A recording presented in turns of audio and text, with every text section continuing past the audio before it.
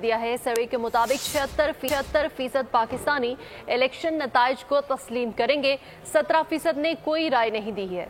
सर्वे की मजीद तफसीलात बताएंगे सलमान अवान, जो हमारे साथ टेलीफोन लाइन पर मौजूद हैं। जी सलमान, बताएगा सर्वे के हवाले से।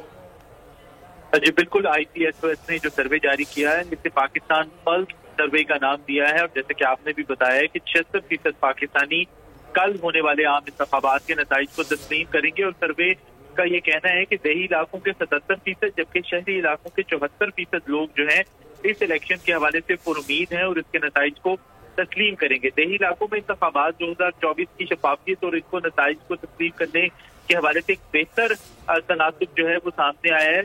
अगर हम प्रोविंस वाइज बात करें तो खैबर पख्तूनख्वा में सर्वे के नताइज के मुताबिक कमोबेश 79%, पंजाब में 78%, बलूचिस्तान में 63% और सिंध में 74% अफराद के साथ साथ इस्लामाबाद में 53% लोग जो है इलेक्शन 2024 के नताइज को तस्लीम करेंगे। और सर्वे से ये बात भी सामने आई है कि वोट ना डालने वाले लोगों की जानिब से इलेक्शन के नताइज को तस्लीम करने का तनासुब 56% है। यानी जो लोग कल के आम इंतखाबात में वोट डालने का इरादा नहीं रखते, उनकी बड़ी तादाद ऐसी है जो कि कहती है कि हम इस इलेक्शन के नताइज को तस्लीम भी नहीं करेंगे।